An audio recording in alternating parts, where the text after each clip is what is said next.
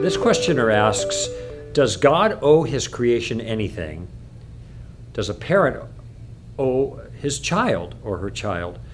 And I think the question is phrased that way because there seems to be a parallel between God's relationship to his creation and a parent's relationship to their children. Well, in one sense there is.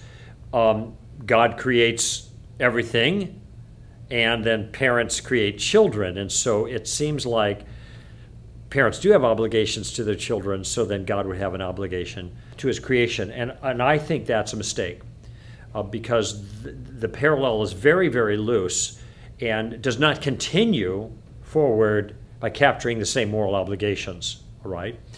So think of it this way. God has no duties. He has no obligations. He is not obliged to anyone. He is a morally perfect being, and all of his actions flow from his moral perfections.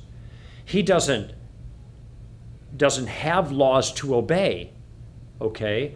Human beings are under God, and in virtue of God's moral perfections, God establishes or communicates duties that relate to his perfections and relate to his role as King of the universe.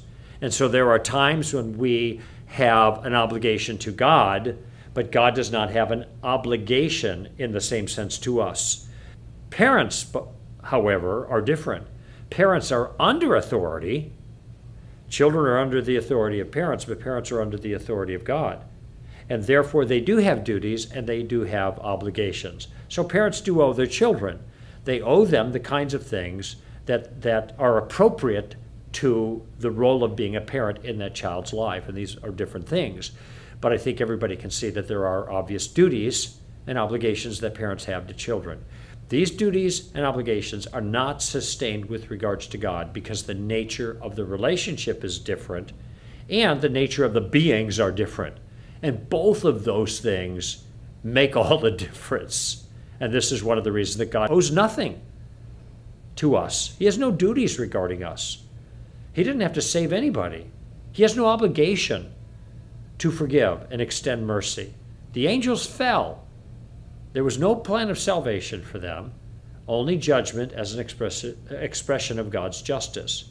No obligation or duty of love to offer forgiveness. When God offers forgiveness to us, he goes above and beyond the call of duty, so to speak. Coin a phrase. Point being, God doesn't have any duties. He has no obligations. When he does something gracious and merciful, it is a pure expression of overflowing grace. That comes from his nature. He can exercise his grace when he wants. That's why it's called grace. Unmerited favor. God does what he likes, what he wants, under no obligation, and everything that he does flows naturally from his perfect character. Therefore, everything he does is good.